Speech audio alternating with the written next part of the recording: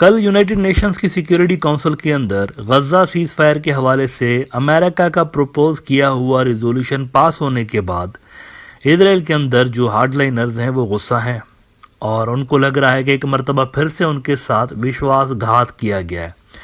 असल में वहां पर प्लान्स कुछ दूसरे थे। वहां पर जो प्लान्स थे हार्डलाइनर्स के, इतमर बिन गवेर और स्मोट्रिच के, और उन्होंने पब्लिकली इन प्लान्स का इजहार भी किया था कि यहाँ मिलिट्री सेटलमेंट्स बनेंगी गजा के अंदर जैसे वेस्ट बैंक में बनी हुई हैं, और उन मिलिट्री सेटलमेंट्स की छांव में इजरायली जो सेटलर्स हैं वो गजा के अंदर भी आकर घर बनाएंगे। और इतमर बिन गवेर ने तो बल्कि खुद भी जाकर गजा में सेटल होने का ऐलान भी कर दिया था, लेकिन ऐसा नहीं हो पाया। और जो रिजोल्यूशन आई है वो भी किसने पेश की है? अमेरिका ने। ये बात इनको सबसे ज़्यादा खटक रही है कि जो सबसे बड़ा इत्तेहादी है, जिनके बलबूते पे अभी तक हम लड़ते रहे, उन्होंने ही हमारे साथ ये कर दिया है। हमास ने फौरी तौर पर इस रिजोल्यूशन को एक्सेप्ट कर लिया है, उन्होंने वेलकम किया है। इसकी बड़ी वजह है असल में, वैसे तो ये अमेरिका की रिजोल्यूशन है, लेकिन इसके अंदर हर वो चीज़ है जो कि हमास भी चाहता है और जो इंटरनेशनल कम्युनिटी भी चाहती है। सारी वो चीज़ें इसके अंदर मौजूद हैं। मिसाल के तौर पर मैं आपको इजरायली जो न्यूज़ आउटलेट्स हैं उनके रेफरेंसेस से आपको दिखाता हूँ कि इसके अंदर क्या क्या है इस रेजोल्यूशन के अंदर। वैसे तो मैं अमेरिका को बहुत ज़्यादा क्रिटिसाइज भी करता रहा हूँ, लेकिन आई मस्ट से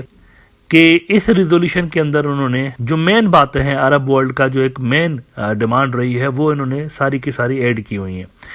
यरूशलेम पोस्ट कहता है कि United Nations Security Council approves resolution backing hostage deal in 14-0 vote. Hamas agrees to work with mediators. Hamas ने एक्सेप्ट कर ली डिमांड्स, और 14-0 यानी 15 मेंबर होते हैं ना, तो एक जो है उसमें रशिया था, रशिया एब्सेंट रहा। उन्होंने अमेरिका के रेजोल्यूशन में वोट डालना मुनासिब नहीं समझा, तो 14-0 की मेजॉरिटी से ये जो रेजोल्यूशन है पास हुई है। अब 3 स्टेजेस हैं जंगबंदी के। पहला जो स्टेज है उसमें वो कहते हैं कि during the first phase which would last 6 weeks there would be an immediate full and complete ceasefire. ये अमेरिका का रिजोल्यूशन कहता है, immediate full and complete ceasefire with release of hostages including women, the elderly and the wounded, the return of the remains of some hostages who have been killed. There would be an exchange of Palestinian security prisoners and terrorists held in Israeli jails, as well as the withdrawal of Israeli forces from the populated areas in Gaza, the return of Palestinian civilians to their homes and neighborhood in all areas of Gaza, including in the north. ये ज़रा आप editorial बदियाने से check करें, ये जो editor साहब है, ये जो ऊपर लिखा है ना, there would be exchange of Palestinian security prisoners and terrorist, ये रेजोल्यूशन के अंदर ये वर्ड नहीं है। वैसे रेजोल्यूशन के अंदर जो वर्ड्स हैं, फिर आप नीचे देखिए इन्वर्टेड कामास में कुछ उन्होंने लगा के कुछ और भी लिखने की कोशिश की है। ये टेररिस्ट असल में चूंकि इजरायली मीडिया है तो फ़लस्तीनी जो हैं उनको ये टेररिस्ट बोल के तो इस तरह से मेंशन कर रहे हैं, लेकिन असल में रेजोल्यूशन के अंदर ये वर्ड्स नहीं है। बहरहाल पहले मरहले में ये होगा, मुकम्मल सीज फायर होगी, फ़लस्तीनी जो है नॉर्थ गजा समेत अपने इलाकों को वापस जाएंगे और वहाँ पर घर बनाने की कोशिश करेंगे दोबारा से, और ये सारा कुछ होगा। और प्रिजनर्स एक्सचेंज होंगे, जिनमें सबसे पहले इजरायली जो प्रिजनर्स एक्सचेंज किए जाएंगे वो औरतें और जो बूढ़े हैं वो। During the phase 2, there would be upon agreement of the parties a permanent end to hostilities in exchange for the release of all other hostages still in Gaza and a full withdrawal of Israeli forces from Gaza. Second जो मरहला होगा उसमें मुकम्मल cease fire हो जाएगी, permanent. अभी जो होगी first मरहले में ये आर्जी होगी, टेम्पररी, जैसे पाकिस्तान और इंडिया के दरमियान है, टेम्पररी सीज फायर है, परमानेंट सीज फायर नहीं है। यहाँ पर फर्स्ट फेज में कुछ ऐसी होगी, सेकंड फेज में ज़रा परमानेंट नोयत की होगी। इसके बाद तीसरे और आखिरी फेज में वो कहते हैं कि according to the resolution would see the start of a major multi year reconstruction plan for Gaza and the return of the remains of any deceased hostages still in Gaza to their families. तीसरा मरहला basically reconstruction का है, दोबारा से ये जो इतनी ज़्यादा डैमेज और डिस्ट्रक्शन गजा के अंदर हुई है उसको दोबारा से तामीर किया जाएगा। इंटरनेशनल कम्युनिटी इसमें अपना रोल प्ले करेगी, अरब वर्ल्ड भी इसके अंदर पैसा लगाएंगे और सारा कुछ करेंगे। लेकिन अब यहाँ पर आते हैं उस बात पे कि हमास नहीं चले, ये सब तो हो गया, हमास वालों के लिए ज़्यादा अट्रैक्टिव ऐसी कौन सी चीज़ें हैं जिस वजह से उन्होंने फौरी तौर पर एक्सेप्ट कर लिया है। अगर आप इसी रिपोर्ट का ये हिस्सा देखिए कि separately the resolution sad that the UNSC rejects any attempt at demographic or territorial change in the Gaza Strip, including any actions that reduce the territory of Gaza. यानी कि सिक्योरिटी काउंसिल कह रहा है, अमेरिका की resolution है, again let me remind you, ये जो है ना सबसे बड़ा सेटबैक यही है इसराइल के लिए कि अमेरिका की ये लैंग्वेज है।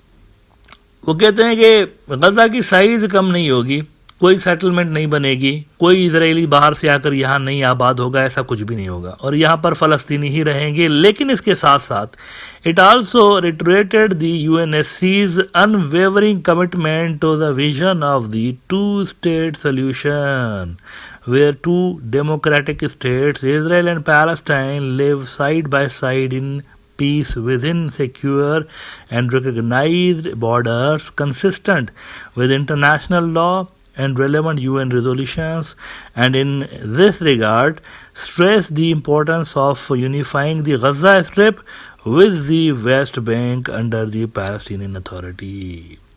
ये वो चीज़ है जहाँ पर फ़लस्तीनी रियासत की बात की गई है, इस रेजोल्यूशन के अंदर फ़लस्तीनी मुल्क बनाने की बात की गई है। तो ये बहुत अट्रैक्टिव किस्म की रेजोल्यूशन है, जिस वजह से फौरी तौर पर आपने फिर देखा कि हमास ने वेलकम भी कर दिया इसको, क्योंकि इसके अंदर हर वो चीज़ है जिसके लिए वो कहते हैं कि हम स्ट्रगल करते रहें। मिसाल के तौर पर वो कहते हैं कि हमें रियासत चाहिए, स्टेट चाहिए, तो वो इसके अंदर है इस रेजोल्यूशन में। सीज फायर भी है, किसी किस्म की कोई टेरिटरी नहीं जाएगी इसराइल को, ये भी लिखा हुआ है। तो ये मेन डिमांड्स हैं सारी की सारी। फिर प्रिजनर एक्सचेंजेस भी हैं कि फ़लस्तीनी जो प्रिजनर्स हैं वो भी रिहा हो जाएंगे, ये भी लिखा हुआ है इसके अंदर। तो मुनासिब किस्म की एक तरह से देखा जाए तो रेजोल्यूशन है। और सबसे बड़ी बात यह है कि ये जो इतने महीनों से कत्ल व गारत चल रही है, जंग चल रही है, उसको भी ये रेजोल्यूशन स्टॉप करने की बात कर रही है। अब देखना यह है कि इसको इम्प्लीमेंट कैसे करवाया जाता है। नेतन्याहू के लिए प्रेशर दिन ब दिन बढ़ता चला जा रहा है। एक तो गांड्स वहाँ से निकल गया ना, अच्छा हार्डलाइनर्स कह रहे हैं बड़ा अच्छा हुआ गांड्स निकल गया। और पता है वो क्यों बोल रहे हैं ऐसा? ये मिडिल ईस्ट आई की तरह खबर देखिए, स्मोट्रिच एंड बेन गवेर ये सबसे बड़े हार्डलाइनर्स हैं। Smotrich and Ben Gvir guard the resignation a great opportunity, बहुत बड़ी अपॉर्चुनिटी है विक्ट्री के लिए। और टाइम्स ऑफ इजराइल कहता है कि Ben Gvir says guard's departure an opportunity to stop the humanitarian policy in Gaza. ये जो ह्यूमैनिटेरियन बुनियादों पे जो कुछ भी कर रहे हैं ना, एड दे रहे हैं और ये सारा कुछ, इसको बंद करने के लिए अच्छी अपॉर्चुनिटी है गार्ड्स का जाना। यानी ये इसको एक पॉजिटिव अंदाज में ले रहा है कि अब जो है ना हम सारे हार्डलाइनर्स बैठ के तो यहाँ पर हम और भी ज़्यादा सख्तियाँ करेंगे फ़लस्तीनियों के ऊपर।